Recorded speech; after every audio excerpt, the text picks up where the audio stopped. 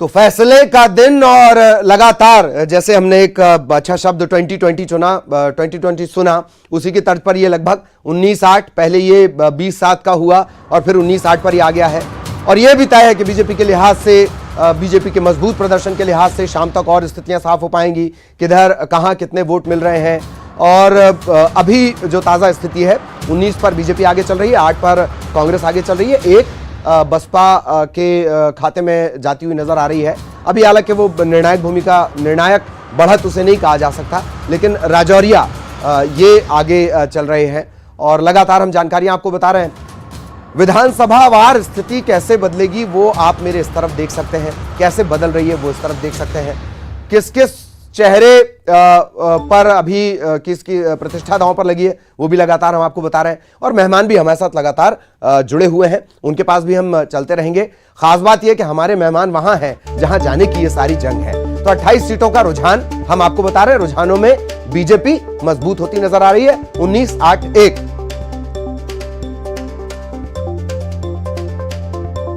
और अब चूंकि रुझानों में स्थितियां लगभग साफ होती आ रही है, तो रंजना हमारी सहयोगी बीजेपी दफ्तर में जुड़ी हुई हैं।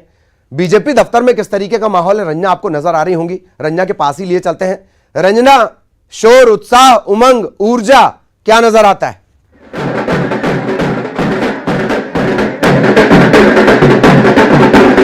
जी ललित, बिल्कुल भाजपा दफ्तर में जश्न शुरू हो गया है और आप देखिए कि जो सिंधिया समर्थक कार्यकर्ता है वो भारतीय जनता पार्टी के दफ्तर पहुंचे हैं। ये जो सीएम शिवराज सिंह चौहान के पोस्टर है, भाजपा प्रदेश अध्यक्ष वी.डी. शर्मा के और ज्योतिरादित्य सिंधिया के पोस्टर लेकर पहुंचे हैं। आज के दिन, आज इस जश्न के साथ ही होली, दिवाली, तमाम रंग जो इस जीत के साथ देखे जा रहे हैं और एक दूसरे को मिठाइयां खिलाए जा रहे हैं, ढोल ढमाके यहाँ पर बजाए जा रहे हैं। आप देखिए कि यहाँ पर एक दूसरे को मिठाइयां खिलाई जा रही है, जीत की खुशियां एक तरह से मनाई जा रही है। जीत निश्चित थी हमारी, हम पहले ही तैयारी कर चुके थे। जनता पर हमको विश्वास था और जनता ने हमारे विश्वास पर खरी उतरी है। ये चुनाव शिवराज सिंह चौहान जी, वी.डी. शर्मा जी और ज्योतिरादित्य सिंधिया जी के लिए बहुत महत्वपूर्ण था और जनता ने बता दिया कि वो कांग्रेस के साथ नहीं खड़ी है, वह भारतीय जनता पार्टी के साथ खड़ी है। जी ललित, बिल्कुल आज होली बन गई है, दिवाली की यहाँ मनी जा रही है और ये देखिए आप ज्योतिरादित्य सिंधिया के जो मुखौटे है वो पहनकर यहाँ पर उनके समर्थक भाजपा दफ्तर पहुंचे। पूरी तरह से जो खुशियां हैं जीत को लेकर वो मनाई जा रही है। चारों तरफ आज जो कार्यकर्ता है वो जीत की खुशी में रगे हुए नजर आ रहे हैं। ढोल ढमाकों की थाप पर यहाँ पर नाच गा रहे हैं और तमाम तरफ अगर आप बीजेपी दफ्तर की तरफ अगर नजर घुमाएंगे तो हर तरफ बस अब कार्यकर्ताओं का जमावड़ा है। तमाम जो कार्यकर्ता है यहाँ पर दफ्तर में जमा हो चुके हैं और जो जश्न है, बड़े स्तर पर जो जश्न है अब वो मनाए जा रहे, एक तरह से जीत की खुशियां हैं वो अब भाजपा दफ्तर में मनाई जा रही। ढोल ढमाकों की थाप पर तमाम कार्यकर्ता नाच रहे हैं, गा रहे हैं और खुशियां मना रहे। एक तरह से जो उनकी जीत जिस तरह से रुझानों में दिखाई दे रही है उसको लेकर अब सबके चेहरे खिले हुए नजर आ रहे हैं, ना सिर्फ कार्यकर्ताओं के बल्कि मुख्यमंत्री शिवराज सिंह चौहान ने भी भाजपा प्रदेश अध्यक्ष वी.डी. शर्मा और मंत्री गोपाल भार्गव को मिठाई खिलाकर खुशियां मनाई। जी, खिले नजर आ रहे हैं, कुछ खिलखिला रहे हैं, कुछ खिलखिलाने में ये बोल गए कि जनता उनके भरोसे पर खरी उतरी है, पर दरअसल कहीं ना कहीं हकीकत यही है कि जनता आजकल नेताओं के भरोसे पर खरी उतर रही है। खैर रंजना, ये भी बताएं कि शायद ये इंतजार किया जा रहा था, बड़े नेता ये इंतजार कर रहे थे, न्यूज़ 18 ही देखा जा रहा है, बड़े नेता ये इंतजार कर रहे थे कि एक बड़ी बढ़त मिल जाए और उसके बाद फिर दफ्तर आने का सिलसिला शुरू हो। कौन कौन अभी बीजेपी दफ्तर पहुंच चुका है और क्या लग रहा है कि मेरे ख्याल कुछ घंटों बाद जरूर मीडिया से चर्चा होगी आमने सामने की। रंजना।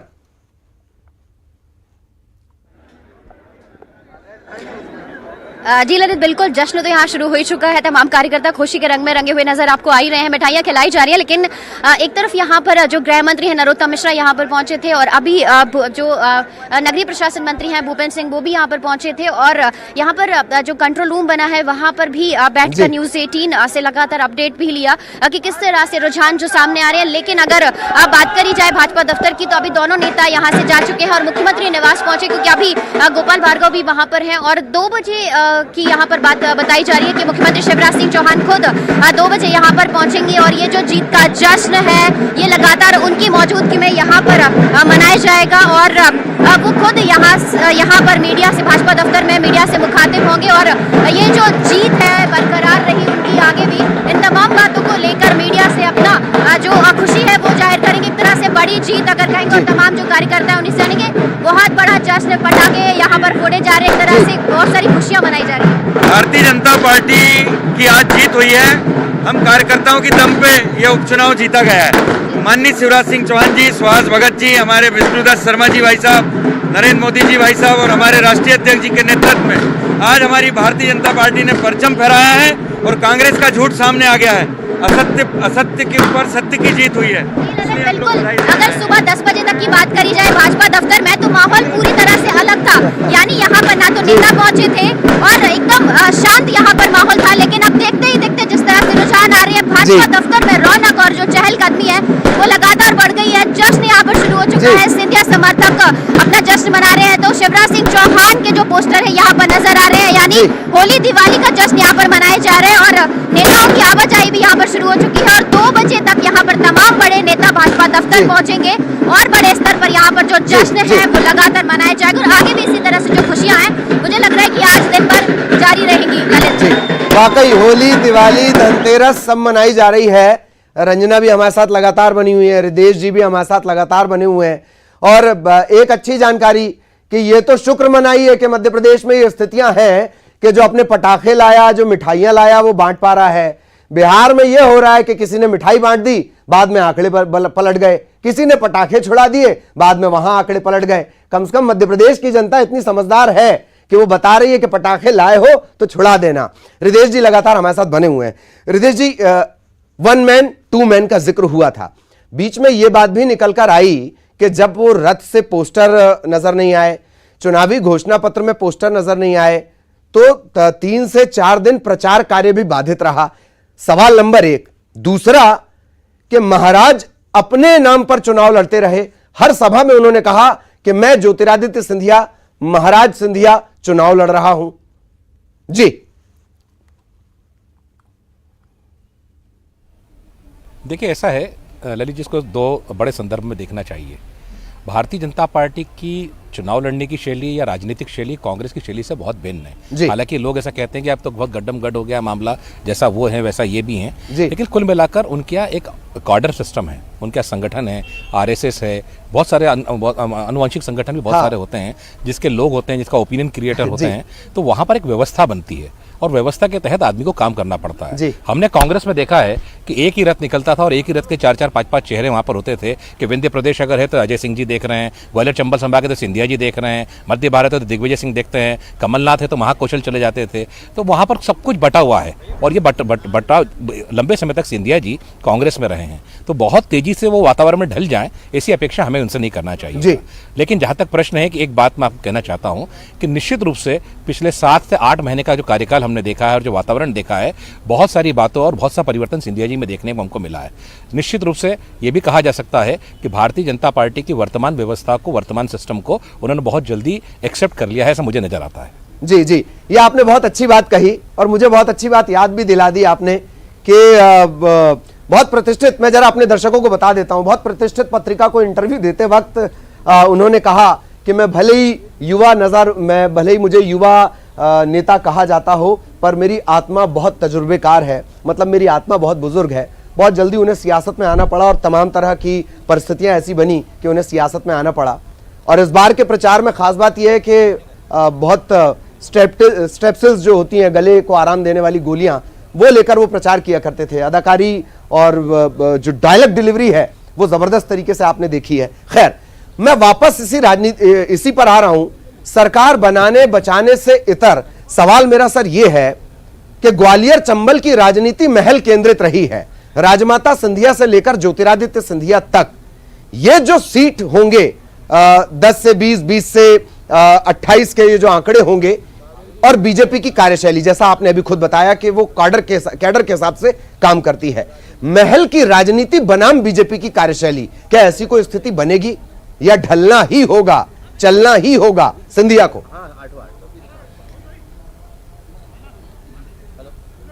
देखिए, हम बहुत सालों से देखते चले आ रहे थे, ललित जी आप भी देख रहे हैं कि महल की राजनीति को लेकर जितना बीजेपी में मतलब तेवर देखे गए थे, चाहे वो प्रभात झा जी बोलते रहे हों, चाहे जयभान सिंह पवैया बोलते रहे हों, तो सबसे ज़्यादा सुर वहीं से उभर कर आते थे। जी, मेरा ऐसा मानना है कि अब हर स्तर पर सिंधिया जी को अपनी कार्यशैली को, अपनी राजनीतिक शैली को, अपने स्वभाव को, अपने मूल चरित्र को कई विषयों पर बदलना होगा।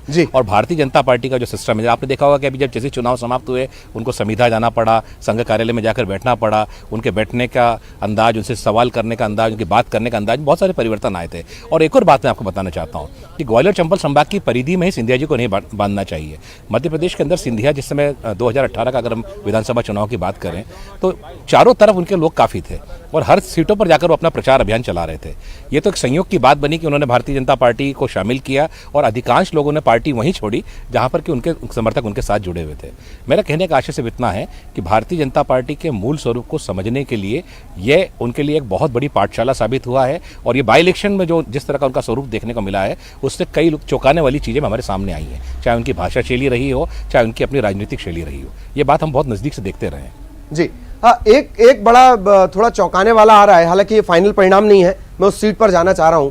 फूल सिंह भरैया वो आगे भी चल रहे थे, ये माना भी जा रहा था कि बसपा जो कांग्रेस से बसपा में गए हैं, पूर्व मंत्री में उनका नाम याद नहीं कर पा रहा हूं, उनके चलते वहां उनको नुकसान होगा, वैसा अभी नजर नहीं आया। हालांकि अभी अपडेट ये है कि फूल सिंह भरैया थोड़े पीछे हुए हैं। जी महेंद्र बोध, जी महेंद्र बोध जी थे। तो क्या आपको लग रहा है, मैं कांग्रेस के लिहाज से भी इस सवाल को थोड़ा बड़ा कर देता हूं, मैं अगर कांग्रेस के लिहाज से कुछ भी आपको इसमें सकारात्मक नजर आता है? हाँ जी। नहीं, बिल्कुल नहीं। मैं आपको एक बहुत स्पष्ट बात बताना चाहता हूँ। भांडेर सीट हुई, पोहरी सीट हुई, दतिया सीट हुई, डबरा सीट हुई, ये जितनी सीटें, गोहद है, मेहगांव है, यहाँ पर व्यक्ति काम कम करता है। यहाँ पे जातीय समीकरण बहुत मायने रखते हैं जी। वो गुर्जर हो, जाटव हो, कुर्मी हो, या आपके कुशवा समाज के लोग हों, या सिकरवार हों, राजपूत समाज के लोग, बहुत सारी ऐसी जातियाँ बटी हुई हैं। और हम पिछले मध्य प्रदेश के गठन से आज तक अगर इस नज़ारे को देखें तो वहाँ पर व्यक्ति का असर बहुत कम नजर आता है। एक अपवाद स्वरूप डॉक्टर गोविंद सिंह हैं जो लगातार अपने यहाँ चुनाव जीत जाते हैं। केपी सिंह कक्का जी गुना वाले इलाके में अपना काफ़ी अच्छा प्रभाव रखते हैं। लेकिन मेरा अपना निजी तौर पर मानना है कि यहाँ पर व्यक्ति से ज़्यादा जातीय समीकरण काम करते हैं और जातीय समीकरण को भुनाने में, अपने पक्ष में लाने में सिंधिया और उनकी टीम और भारतीय जनता पार्टी, उसका नेटवर्क काफ़ी हद तक सक्सेस नजर आ रहा है इस बाई इलेक्शन में।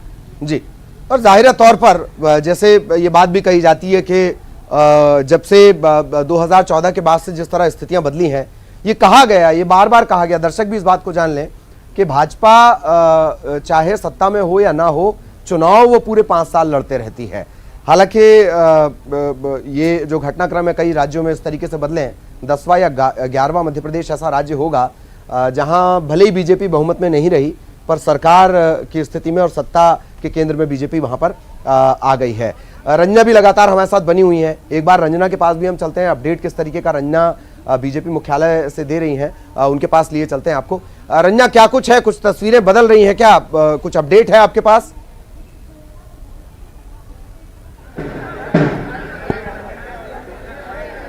जी ललित, बिल्कुल तस्वीरें तो वही हैं और बड़ी संख्या में जो कार्यकर्ता हैं वो भाजपा दफ्तर पहुंच गए हैं और ये आप देखिए कि अभी भी जो कार्यकर्ता हैं वो खुशियां मना रहे हैं और धीरे धीरे जो कार्यकर्ताओं के भाजपा दफ्तर में पहुंचने का जो सिलसिला है वो शुरू हो गया है, क्योंकि अब लगातार यहाँ पर जश्न का माहौल बढ़ रहा है, ढोल ढमाके यहाँ पर बजाए जा रहे हैं और ये जो महिला कार्यकर्ता हैं वो भी यहाँ पर पहुंच गई हैं। कोई यहाँ पर आप देखिए साफा पहने हुए हैं और जो नारेबाजी है यहाँ पर आप भारतीय जनता पार्टी के खुशी जिंदाबाद के जो नारे हैं वो यहाँ पर लगाए जा रहे हैं। यानी हर तरफ सिर्फ जो खुशियां हैं वो कार्यकर्ताओं में नजर आ रही है। ना सिर्फ कार्यकर्ता बल्कि नेताओं के चेहरे भी इस बार खिले हुए हैं और ये जो यहाँ पर महिला कार्यकर्ता है वो देखिए जीत की खुशी में किस तरह से यहाँ पर नाच गा रही है और आप लोग बहुत ज्यादा खुशी के रंग में रंगी हुई नजर आ रही है। खुशी का रंग यहाँ पर दिख रहा है। आज तो डबल दिवाली भी है और भाजपा भी जीत रही है। हम लोग इस खुशी में बहुत जश्न मनाएंगे। दिवाली भी जो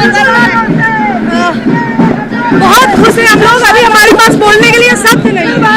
तो बिल्कुल आप देखिए कि यहाँ पर जो कार्यकर्ता है, महिला कार्यकर्ता है, नाच रही है और खुशियां मना रही है, क्योंकि ये एक तरह से उनके लिए डबल खुशी है, क्योंकि अब से 4 दिन बाद दिवाली कहा जाए तो ये भारतीय जनता पार्टी की दिवाली यहाँ पर कही जा रही है। दिवाली का जश्न एक तरह से आज की इस खुशी में मनाया जा रहा है और जो नेता यहाँ पर पहुंचे थे, चाहे नरोत्तम मिश्रा, चाहे भूपेंद्र सिंह, उनके चेहरे पर भी जो खुशी है, जीत की खुशी, वो अलग देखी जा रही थी। यानी जीत की खुशी जो है साफ झलक रही थी और अब यहाँ पर लगातार जो अगर कहें तो रौनक यहाँ पर नजर आ रही है भाजपा दफ्तर में। हालांकि हालांकि तस्वीरें बिल्कुल बदली हुई थी। अगर कांग्रेस दफ्तर की बात करी जाए तो कांग्रेस दफ्तर में सुबह से ही जो बड़े बड़े नेता हैं वो वहां पर पहुंच गए थे, लेकिन भारतीय जनता पार्टी के दफ्तर की अगर बात करी जाए तो यहाँ पर कार्यकर्ता उतनी संख्या में नहीं पहुंचे थे। लेकिन अब जैसे जैसे रुझान सामने आ रहे हैं वैसे वैसे कार्यकर्ताओं का जमावड़ा यहाँ पर है।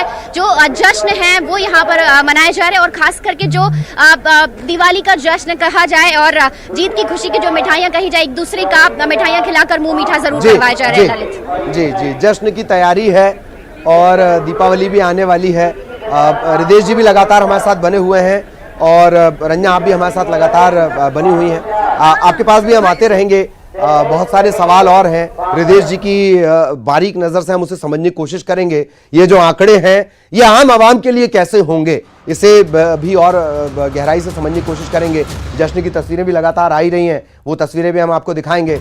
और अब जरा क्या कुछ स्थितियां बनी हैं, कौन आगे चल रहा है वो आपको बता देते हैं। फैसले का दिन आज है और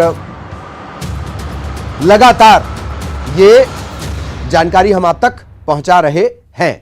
फैसले का दिन,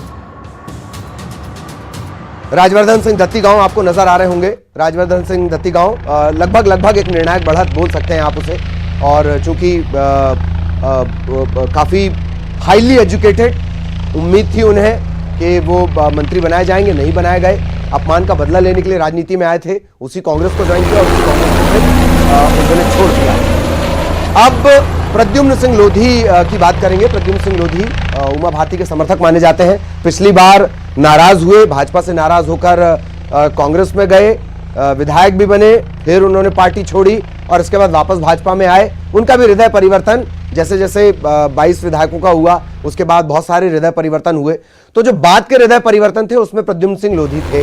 आते ही हृदय परिवर्तन के बाद उनको निगम मंडल में से मिल भी गया। गोविंद सिंह राजपूत, पिछली बार भी बेहद महत्वपूर्ण विभाग इनके पास था जब ये कमलनाथ की सरकार में थे, और इस बार भी बहुत महती जिम्मेदारी इन्हें मिली हुई है। आगे चल रहे हैं सुर्खी से, पारुल साहू के सामने हैं और ये माना जा रहा था कि कड़ी टक्कर मिलेगी, लेकिन अभी एक बड़ी बढ़त की तरफ, बड़ी बढ़त को बरकरार रखे हुए हैं जो गोविंद सिंह राजपूत हैं वो। इसके अलावा प्रभुराम चौधरी बहुत ज्यादा आपको नजर नहीं आए, या बहुत ज्यादा इस तरीके से कोई बयान दे देना या विवादों में पड़ना, लेकिन बावजूद इसके आगे चल रहे हैं। ये माना जा रहा था कि बहुत हार्ड कंपटीशन होगा, क्योंकि शेजवार परिवार उनसे नाराज था। और तुलसी राम सिलावट, शुरुआत में याद करिए हर हर मोदी हर घर तुलसी, वहां से ये अभियान शुरू हुआ था। प्रेमचंद गुड्डू आए, माना यह गया कि मुकाबला एकदम तगड़ा होगा, कड़ा होगा, लेकिन फिलहाल बड़ी बढ़त की तरफ वो बढ़ रहे हैं। इसी तरीके से विपिन वानखेड़े, ये वो नाम है जो कांग्रेस के लिए थोड़ी बहुत उम्मीद है। चुनाव हारने के बाद लगातार सक्रिय रहे और यही वजह है कि फिलहाल आगे चल रहे हैं आगर सीट से विपिन वानखेड़े, क्योंकि लगातार वो सक्रिय रहे, चुनाव हारने के बाद भी वो रुके नहीं। इसी तरीके से अलग अलग सीट का हम आपको हाल बता रहे हैं। हरदीप सिंह डंग भी आपको नजर आ रहे होंगे और लगातार हम आपको बता रहे हैं किस तरीके से रुझान की स्थिति है। 19 और 8 की स्थिति इस वक्त बनी हुई है। भाजपा 19 पर आगे चल रही है, कांग्रेस 8 पर आगे चल रही है। बीच में यह स्थिति 20 और 7 भी हुई थी। एक सीट पर लगातार राजौरिया, ये बसपा के प्रत्याशी हैं, ये लगातार आगे चल रहे हैं। बसपा भले ही या तो वोट काटने के तौर पर, पार्टियों को नुकसान करने के तौर पर एक्टिव रही, और या फिर ये फैसलाकुन स्थिति में भी है, निर्णायक भूमिका भी बसपा ने कई जगह निभाई है। तो अब ये जो समीकरण बनता नजर आ रहा है, फिर से वही मामला पहुंच गया 19, 8 और 1। कद के जरिए भी इसे आसानी से समझ लीजिए। एक बात जो रिदेश जी ने भी कही थी, मनीष दीक्षित ने भी कही थी, आत्मनिर्भर होना। जो भी सरकार रहे मध्य प्रदेश में वो आत्मनिर्भर हो। आदमी का आत्मनिर्भर बनना नहीं बनना वो तो राजनेताओं के हाथ में है, पर सरकार कम से कम आत्मनिर्भर हो, उसकी निर्भरता इधर और उधर ना हो। जो कल तक कांग्रेस के मित्र थे, आज सुनने में आया बसपा के मित्र हैं। तो ये स्थितियों में जन्म शताब्दी पूरी हुई है और उन्होंने यही रास्ता दिया था कि हम दूसरे की आलोचना किए बगैर हम अपनी अच्छाई का रास्ता आगे बढ़ाएं। अधिकार और कर्तव्य के बीच में जो समन्वय है वो होना चाहिए। जरूरत एक दूसरे की सबको है, और इसलिए कभी किसी के शोषण के बारे में कभी सोचना नहीं चाहिए।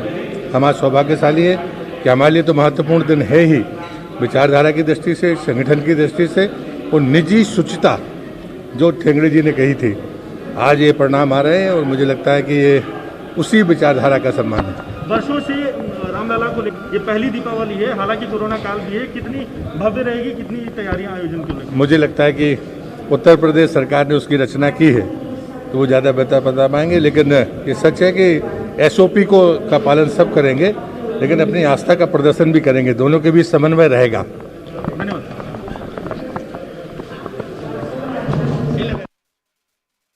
का जिक्र किया वो आप जान लीजिए। उन्होंने एक शुचिता का जिक्र किया, उन्होंने इस बात का भी जिक्र किया कि हमें दूसरों की बुराई नहीं करनी चाहिए बल्कि अपनी अच्छाई पर काम करना चाहिए। उन्होंने इस बात का भी जिक्र किया कि अधिकार और कर्तव्य, उन्होंने बहुत अच्छी बात कही है। खासतौर पर तमाम भाजपा नेताओं को उनकी ये बात जरूर सुननी चाहिए। केंद्रीय मंत्री हैं, टूरिज्म की जिम्मेदारी है और बहुत तेजी से उस सेक्टर में लगातार वो काम भी कर रहे हैं। इन सबके बीच जश्न की अलग अलग तस्वीरें जो लगातार आती जा रही हैं वो हम आपको बता रहे हैं, और बेहतर और बारीक तरीके से इन सब चीजों को समझने के लिए हृदेश जी हमारे साथ लगातार बने हुए थे, उनसे भी आगे हम जुड़ेंगे, तब ये चर्चा करेंगे। तो अलग अलग जगहों की तस्वीरें भी हम लगातार आपको दिखा रहे हैं और इस स्क्रीन पर आपको नजर रखनी है। यह अपने आप में पूरी मुकम्मल तस्वीर आपको बताते चलेगी। 28 में से 28 के रुझान हमने आपको बताए। बहुत जल्द हम आपको नतीजा भी बताएंगे, परिणाम भी बताएंगे। अनूपपुर चूंकि जो जगह है वहां वोटर्स के लिहाज से सबसे कम राउंड वहां पर होने हैं, तो माना जा रहा है कि अनूपपुर का नतीजा जल्दी आएगा, लेकिन खैर इंतजार कर लेते हैं। जहां भी नतीजा, जो भी नतीजा सबसे पहले आएगा वो न्यूज 18 आपको बताएगा।